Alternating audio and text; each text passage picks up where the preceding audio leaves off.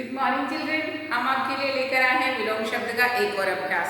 विलोम शब्द यानी कि ऐसे शब्द जो कि उल्टे अर्थ का बोध कराते हैं, जिन्हें हम विपरीतार्थक या विपरीतार्थी शब्द भी कह सकते हैं।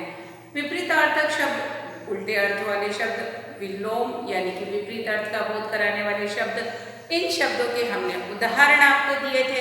आकाश पाताल, सुगंध दुर्गंध, न्याय अन्याय, उदय अस्त, बहुत सारे शब्द। इसके अलावा हमने विभिन्न अभ्यास भी किए हैं, जिसमें हमने चित्रों के माध्यम से विलोम शब्द पहचान कर लिखना, रेखांकित शब्दों के स्थान पर उनके विलोम लिखकर वाक्य पूरे करना और विलोम शब्दों से उनके विलोम शब्द का शब्दों से मिलान करना।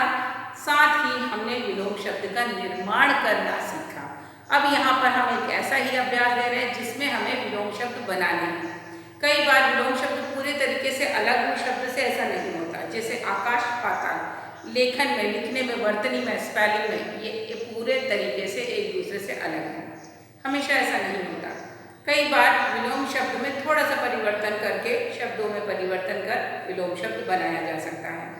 उसी का अभ्यास आज हम करने जा रहे हैं। चलिए देखते हैं प्रश्न में अ और अन की सहायता से क्या दिया गया है। अ और अन की सहायता से विलोम शब्द बनाएं, यानी कि यहाँ जो शब्द दिए गए हैं उनमें अ या फिर उनमें अन लगाकर शब्द बनाना है, विलोम शब्द बनाना है।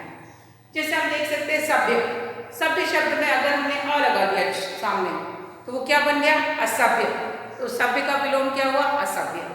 यहाँ लिख सकते हैं अ स ह य, यानी कि अ लगा देने से शब्द का असभ्य बन गया सभ्य का, जो कि विलोम है। एक शब्द ने पूरा परिवर्तन किया। दूसरा विश्वास में अगर हमने आ लगा दिया तो क्या बन गया, अविश्वास। अविश्वास, मुझे तुम पर विश्वास है, मुझे तुम पर विश्वास नहीं है तो वो अविश्वास। ये आ शब्द क्या है, पूरे तरीके से उसके अर्थ को बदल रहा है।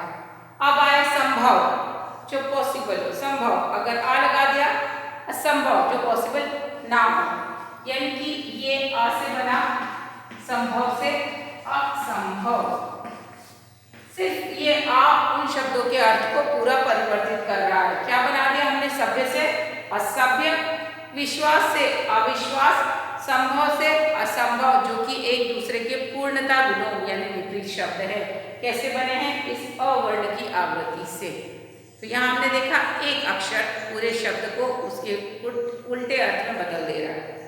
ऐसा ही एक अभ्यास यहाँ करना है, अन लगाना है। आप यहाँ देख सकते हो मैंने ना के नीचे हलंत लगाया है, इसका मतलब ना आधा है। अन, अन में अगर हमने उपस्थित लगा दिया तो अनुपस्थित बना, अनुपस्थित, अनुपस्थित। तो इसको लिखा किस प्रकार जाएगा, अनु, अनुपस्थित। अब आप यहाँ पर सोचोगे कि मैडम ने ना में ऊ की मात्रा क्यों लगाई है, क्योंकि ये जो ना शब्द है, ना वर्ण है, वो आधा है, इसमें हमने ऊ मिलाया तो वो नू बना, और ना में पूरा बनाने के लिए हमने अ की जगह ऊ शब्द यहाँ पे जुड़ा हुआ है, तो ऊ जोड़ते समय हमने ऊ ना लिखकर ऊ की मात्रा लगा दी, क्योंकि ये आधा है तो ये स्वर उसको पूरा कर रहा है, और पूरा करते समय ये ऊ है इसलिए ऊ की मात्रा लगाएंगे, अनुपस्थित।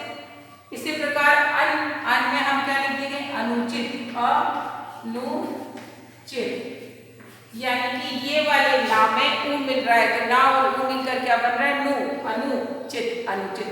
उचित का विलोम अनुचित। उसी प्रकार उत्तीर्ण में हमने मिलाया अनुत्तीर्ण, उत्तीर्ण में अन मिलाया तो क्या बनाया, अनुत्तीर्ण, यानी कि यहाँ भी अन में ऊ मिला तो क्या बन गया, अनु, और आगे का शब्द तो वैसे ही लिखना तीर्ण, अनुत्तीर्ण।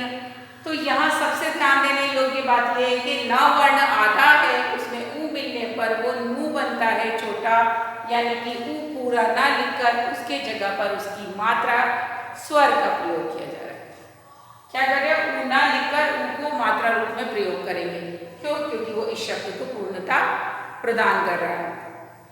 तो इस प्रकार अन से बना अनुपस्थित, अन से उपस्थित जोड़कर क्या बना, अनुपस्थित, अन जोड़कर उचित में बना अनुचित, अन जोड़कर उत्तीर्ण में बना अनुत्तीर्ण।